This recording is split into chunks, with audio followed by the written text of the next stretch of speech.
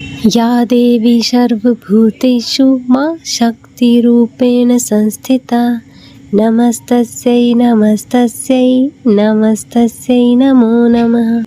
हर हर महादेव। ओम नमः शिवाय। आप सभी भक्तों का स्वागत है। आज हम श्रवण करेंगे गुप्त नवरात्रि के 5वें दिन माता छिन्नमस्ता की कथा। जो भी सच्ची भक्ति व श्रद्धा व नियम निष्ठा के साथ नवरात्रि का व्रत करते हैं तथा कथा श्रवण करते हैं, श्री दुर्गा सप्तशती का पाठ करते हैं या श्रवण करते हैं, इससे उनके सभी प्रकार के दुख और कष्ट दूर होते हैं।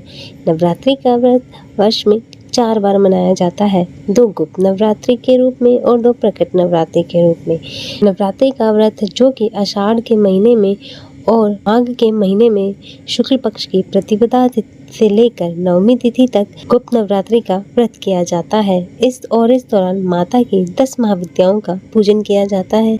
और प्रकट नवरात्रि का व्रत जो कि चैत के महीने और अश्विन महीने की शुक्ल पक्ष की प्रतिपदा तिथि से लेकर नवमी तिथि तक माता दुर्गा के 9 स्वरूपों का पूजन किया जाता है। इस दौरान माता के पूरे विधि विधान के साथ पूजा करनी चाहिए तथा श्री दुर्गा सप्तशती का पाठ या श्रवण करना चाहिए। दुर्गा चालीसा व दुर्गा कवच आदि का पाठ या श्रवण करना चाहिए। इससे माता अपने भक्तों के ऊपर अति प्रसन्न होती हैं और अपनी कृपा प्रदान करती हैं। तो आइए सुनते हैं गुप्त नवरात्रि के 5वें दिन माता छिन्नमस्ता की कथा। माता छिन्नमस्ता का स्वरूप जो कि अत्यंत ही भीषण है, यह माँ का उग्र रूप है, इसलिए इस रूप को प्रचंड चंडिका भी कहा जाता है। माँ अपने हाथों में अन्य उग्र रूपन में राक्षसों की कटी हुई खोपड़ी हाथ में लिए रहती हैं, जबकि इस रूप में माँ के उनके एक हाथ में स्वयं की ही खोपड़ी रहती है, जबकि इस रूप में उनके एक हाथ में स्वयं उन्हीं की खोपड़ी रहती है। माँ एक मैथुन करते हुए जोड़े के ऊपर खड़ी है। उनका वर्ण गुड़हल के समान लाल है तथा वस्त्रों के रूप में उन्होंने केवल आभूषण ही पहने हुए हैं। उनका सिर कटा हुआ है तथा धड़ से रक्त की 3 धाराएं निकल रही हैं। इनके आसपास उनकी 2 सेविकाएं खड़ी हैं, जो रक्त की 3 धाराएं दोनों सेविका के मुख में जा रही हैं, जबकि एक अन्य धारा उनके स्वयं के मुख में जा रही है। गले में उन्होंने राक्षस की खोपड़ियों की माला पहन रखी है। कटे हुए सर पर उन्होंने एक मुकुट पहना हुआ है, जिसके 3 नेत्र हैं। माँ के एक हाथ में, जिसमें से एक में खड्ग तथा दूसरे में अपना ही कटा हुआ सर पकड़ा हुआ है। माँ ने कमरबंद के रूप में भी राक्षसों की खोपड़ियों को पहना हुआ है।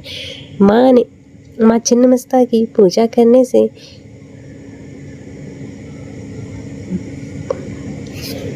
मस्ता की पूजा करने से मनसूही न केवल अपनी यौन ऊर्जा को नियंत्रित कर सकते हैं, बल्कि आध्यात्मिक ऊर्जा को भी बढ़ा सकते हैं। देवी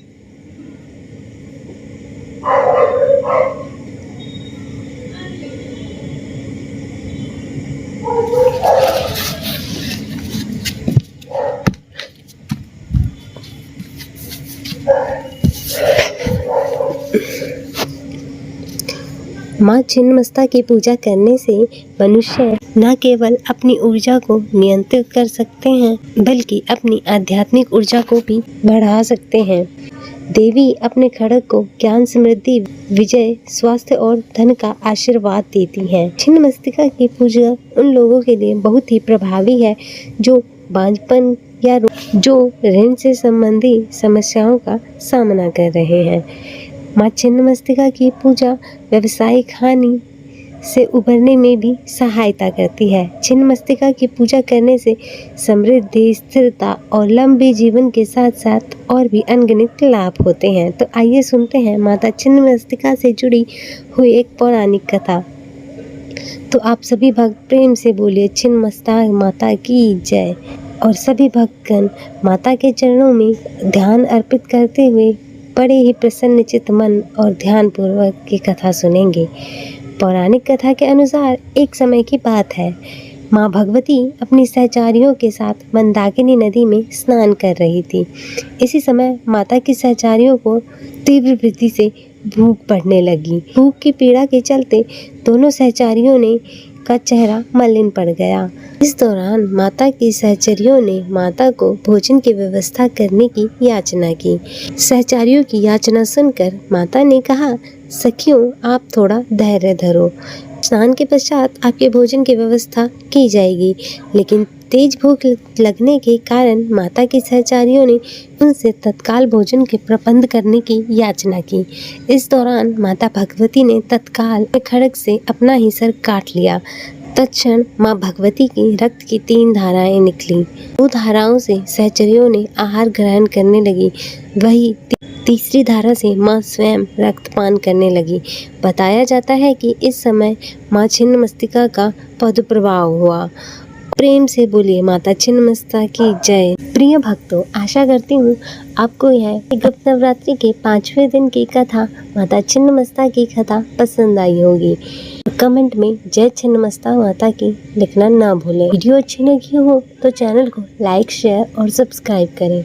जय माता दी। हर हर महादेव। ओम नमः शिवाय।